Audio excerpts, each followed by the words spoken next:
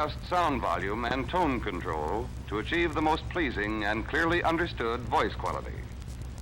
If the room is empty, keep the volume a shade high. When the audience enters, their clothing will soak up some of the sound volume.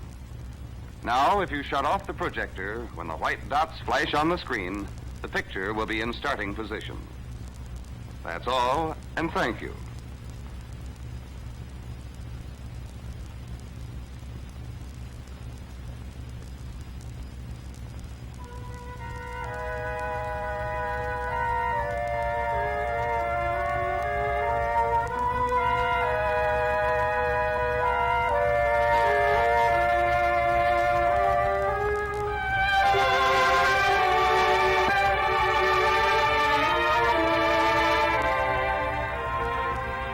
Grand Canyon of the Colorado, kindled by the golden torches of the dawn, unbelievable in its splendor, overwhelming in its magnitude. 217 miles long, 4 to 18 miles wide, approximately 1 mile in depth. Created partly by a river, the captive Colorado, cutting slowly downward for many thousands of centuries. Created partly by an upward movement of the land itself, which rose 7,000 feet or more above sea level, speeding the river's downward flow and increasing its cutting power, a mighty masterpiece, widened and sculptured by the forces of erosion, of earth and atmosphere, the Grand Canyon, where time is translated into eternity. Fantastic buttes and painted temples born of weather, of rain and snow, of wind and heat. But the modern geologist knows that the Grand Canyon is much more than an awesome spectacle. The rock layers of this region reveal a tremendous story, the formation of the Earth's crust. A story spanning perhaps 3 billion years and divided into 5 great chapters of geologic time. The first, the Archaeozoic era, covering 1 to 2 billion years, over 1/2 of Earth's recorded time. Second, the Proterozoic era, enduring for some 500 million years. Third, the Paleozoic era, about 300 million years. Fourth, the Mesozoic era, about 130 million years. Fifth, the Cenozoic era, already covering about 70 million years.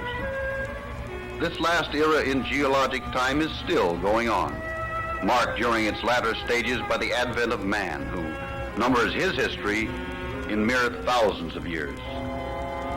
Although canyon rocks are incredibly old, the Great Chasm itself was carved in comparatively recent times, probably within the past few million years. It is one of the few places where man can look down upon the open book of the ages, feel the miracle of creation, and form his theories of what happened in the beginning.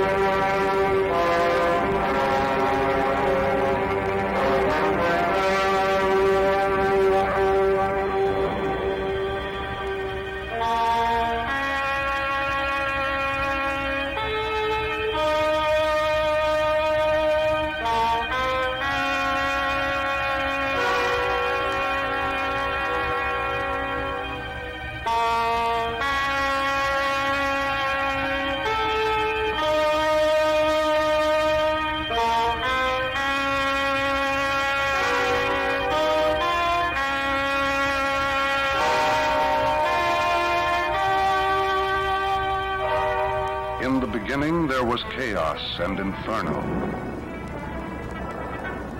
and the shattering thunder of the volcano, and great fountains of fire burst forth across the burning face of the land.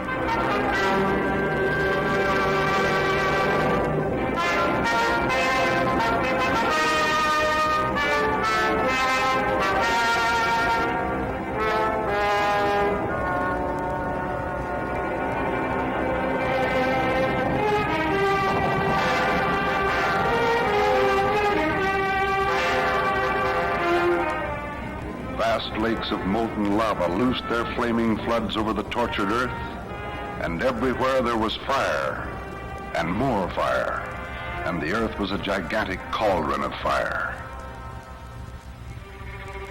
Then, after an infinity of time, there were clouds above the land, and the rains fell in a fierce and endless deluge. And now the oceans were born. And in the waters the fires were quenched, and slowly the land cooled and hardened. Thus, over 3 billion years ago, began the first chapter in the story of Earth building, known as the Archaeozoic era. The record of this early era is found in the lifeless black rocks in the inner gorge of the Grand Canyon, among the most ancient rocks to be found anywhere in the world. As the earth changed form, mud and sand were washed down from the high places to the lowlands, and slowly they were buried and hardened into layers of rock. The earth's newly formed crust warped and wrinkled. The forces that bent and broke the rocks changed even their very substance. These same tremendous internal pressures produced massive mountain ranges, which thrust their towering crags over 7 miles into the sky. The centuries came and they passed. And the great storms continued to beat upon the earth.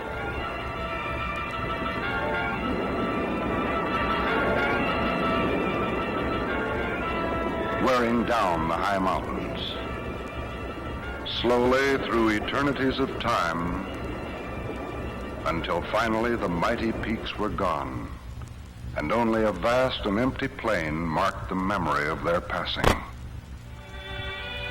Today's geologists say this phenaplaning, or complete leveling out process, required millions upon millions of years, yet it left a very definite record.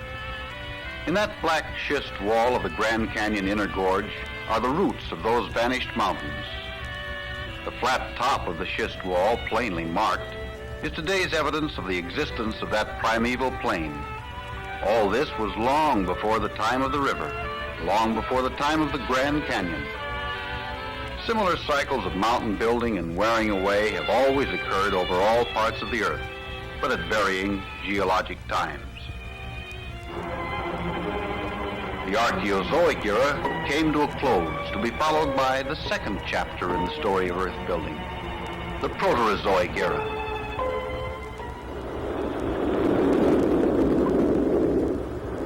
Through the dim and shadowy spaces of the ancient past, the ocean circled the earth, and slowly vast areas of the land sank beneath a warm inland sea.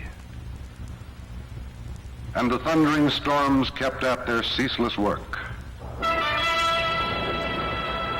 From afar, the long rivers ran flooding down to the sea, and they carried silt and sand, piling these in vast layers through yet another great cycle of time. Then in the shallow waters, colonies of blue-green algae developed, primitive plant life, life that was born and reborn, leaving limy skeletons which slowly hardened into rock. Algae fossilized 1 billion years ago, now found in the lower canyon walls. The ancient rivers receded, but mud cracks and ripple marks are preserved to this day in Grand Canyon rock. For millions upon millions of years, the sediments piled up, reaching a thickness of 2 miles and more. And during this time, the volcanoes spewed forth their lakes and rivers of fire.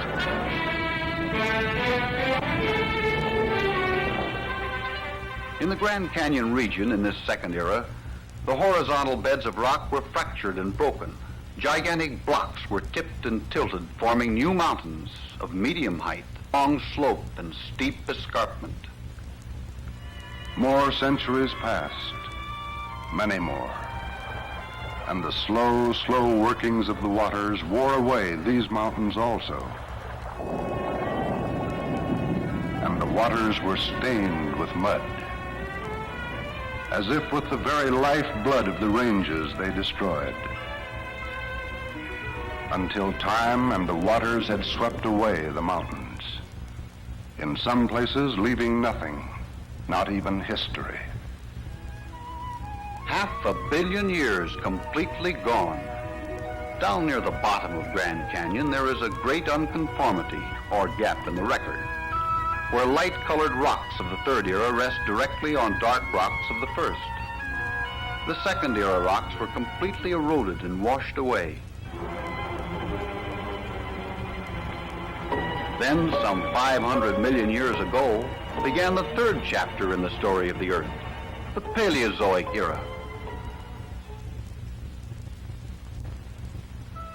After much more time had passed, another shallow inland sea crept over the vast hill-dotted plains, and the land sank, and the sea deepened, and the hills became islands, and then gradually disappeared. Animal life developed beneath the waters, primordial, and in many strange shapes. Among these were the trilobites, first great order of undersea creatures, ruling the oceans for millions of years, now fossilized in the bright angel shale of the Grand Canyon walls. On the sea bottom, layers of green mud and gray lime hardened into rock, and today form the wide bench known as the Tonto Platform. Life in the early ocean depths grew increasingly varied.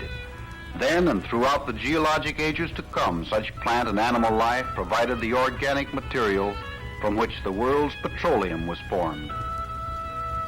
On the deepening sea floor, more and more lime was deposited, both from innumerable skeletons of ancient underwater life and from chemical action in the water itself. One day to become the famous Red Wall limestone, covering 550 feet of canyon cliff. The Red Wall carries many fossils from that long ago undersea age.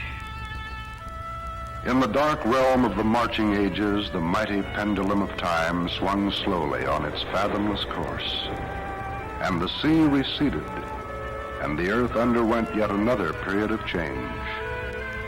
From the north, the toiling rivers carried their sediments down to the spreading deltas, piling layer upon layer through untold centuries. But the rivers were no longer swift as before.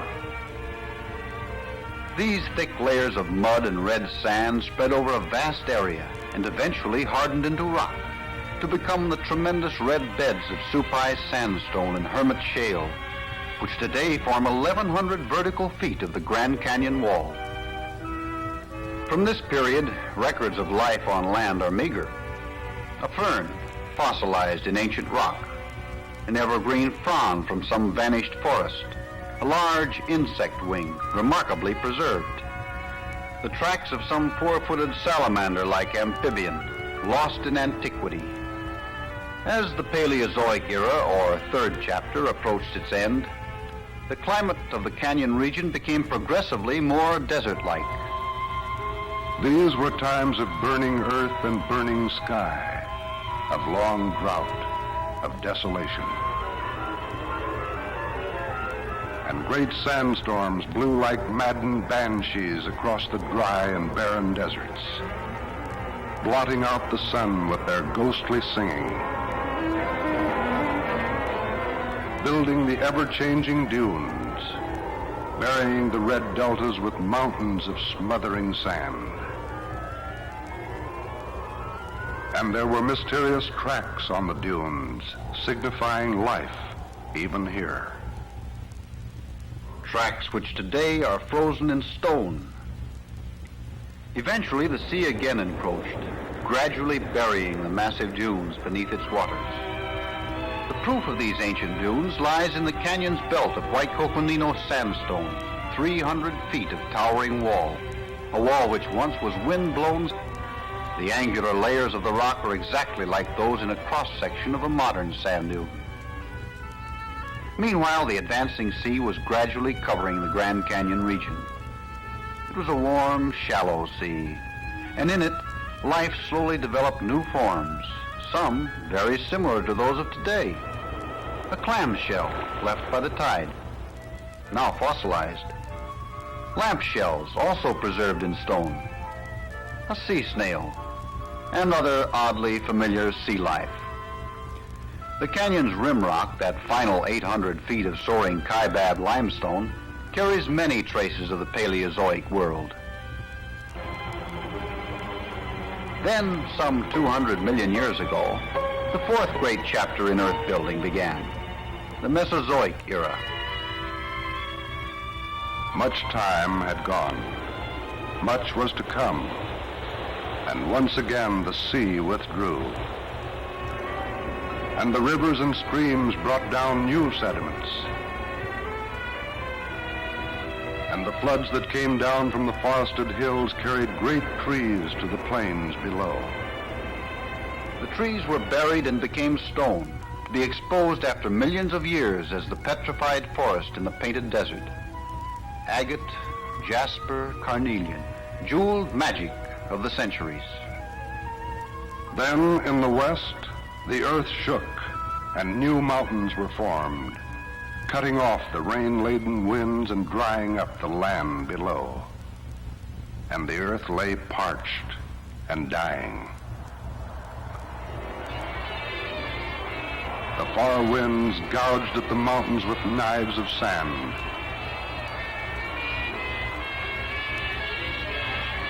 And the wind sang a dark and endless dirge. And the billowing dunes rose ever higher. Today, the beautiful Echo Cliffs, the famous Vermilion Cliffs, and the White Cliffs are all formed of sand and sediments from that arid age of winds. Yet the Mesozoic era was also the age of dinosaurs. Their three-toed tracks, frozen in stone, show that some species once roamed the Grand Canyon region. During this age of reptiles in a world rich with vegetation, lived the predatory Allosaurus, among the fiercest of the flesh-eaters, and Brontosaurus, largest of all the great saurians, weighing some 30 tons and measuring some 70 feet from nose to tail. In his awesome world, the dinosaur had many names and many brothers, including Tyrannosaurus Rex, perhaps the most fearsome beast ever to walk the earth, and Triceratops, like some primeval rhinoceros, only far larger and more heavily armored. The Mesozoic era passed, and the canyon region entered the Cenozoic era, fifth and most recent chapter in the colossal calendar of recorded time. Slowly through the centuries, the rocks were worn away in a great series of steps toward the north. And the forces of erosion continued their relentless work. Erosion, wearing down the cliffs, or cutting with running water at their feet. Erosion, master sculptor of the ages. Time and more time, time and storm, crumbling the high mountains, until once more there was nothing, only a vast and lonely plain. This latest erosion period lasted more hundreds of centuries. With the incredible slowness of geologic time, it wore away an immense layer of rock built up during the Fourth Era, which once covered the Kaibab Plateau. But even today, there still remain vestiges of those Fourth Era rocks, like the strange flat-topped hill known as Cedar Mountain. Only partially destroyed by the winds and the waters, it proves that the leveling processes of this erosive age are still going on today. Then, in comparatively recent times, only a few million years ago, began the story of the Grand Canyon. The story of a river flowed toward the west. And it so happened that the land was rising, and it caused the young river to run ever more swiftly down the steepening slopes, slowly entrenching itself, digging its shallow canyon. And in the world beyond the river, 4 times great ice ages ruled the earth. The glaciers creeping down the mountains, grinding out the valleys, changing the look of the land wherever they passed. They did not touch the river or its canyon, but their distant breath must have cooled the climate.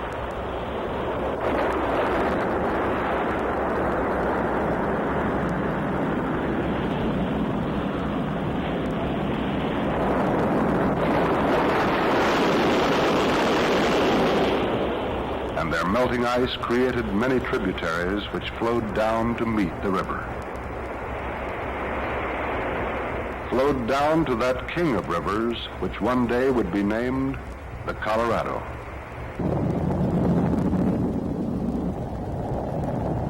The Colorado, cutting down through time and history, cutting the canyon which would eventually reveal the tremendous story of the past. The Colorado, still cutting today, a river 2,000 miles long, carrying through the Grand Canyon an average of 1 million tons of sand and silt and rock every 24 hours. Originally, the canyon was only a narrow gorge, resembling little the wide and magnificent spectacle of the present. The river was the entrenching tool, but the actual widening process was the work of other powerful erosive forces.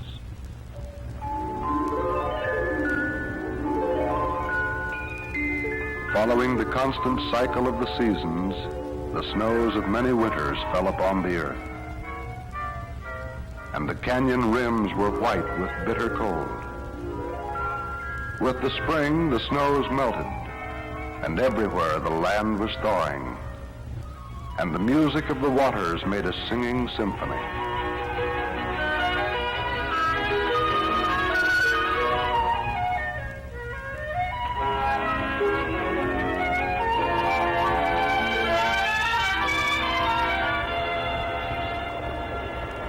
And the river, swollen by many torrents, fought savagely to be free.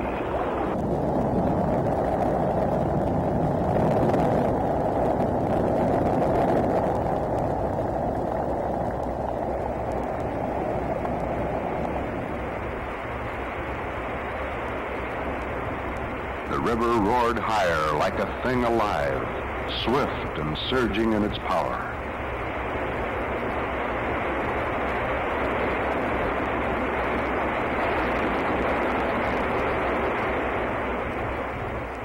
Finally, the waters subsided. Another flood tide had passed. Various types of erosion have helped to widen the canyon. High above, a rock is split by a tree root. Frost, too, helps crack the rocky wall.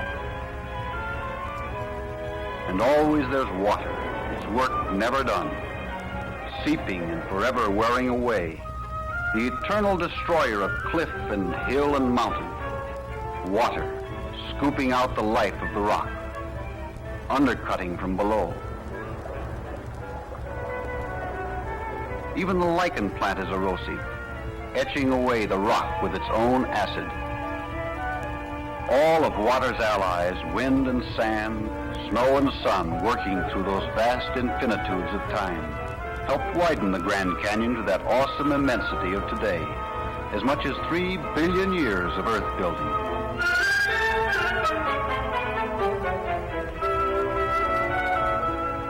The Archaeozoic era, 1 to 2 billion years, according to the ancient rocks of the inner gorge. The Proterozoic era, some 500 million years.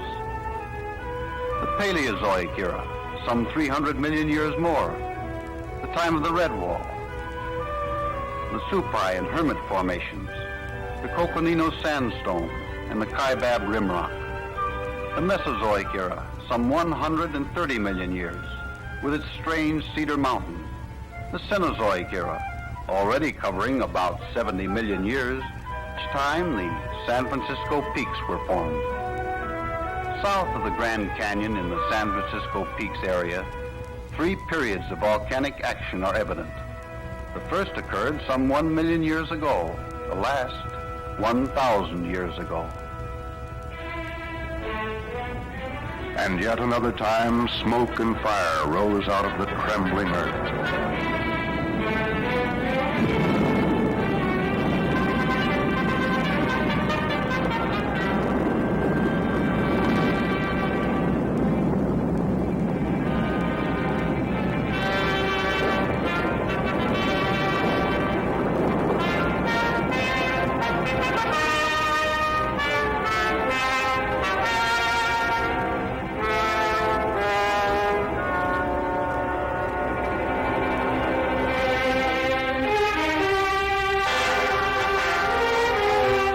And out of holocaust and havoc, mountains were born. Again, the earth exploded, this time to the north, and the fiery rivers flowed once more, pouring even into the canyon, cooling and dying there. And then the volcano slept again, and the land was still. But it was a bleak and lonely land. All this time, the canyon was being carved and widened by the combined powers of the elements, which reached their peak in the summer storm.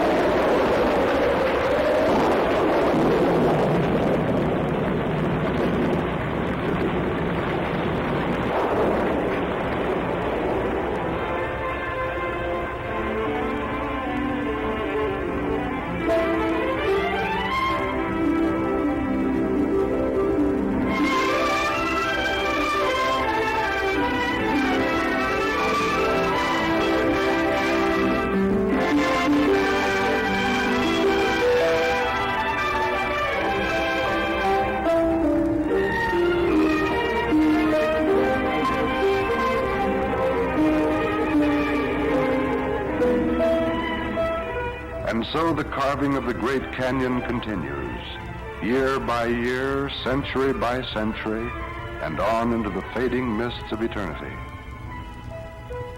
The Grand Canyon of the Colorado, born of its river, of upheaval, of erosion, telling in the mighty mathematics of geologic time the stupendous story of the formation of the earth.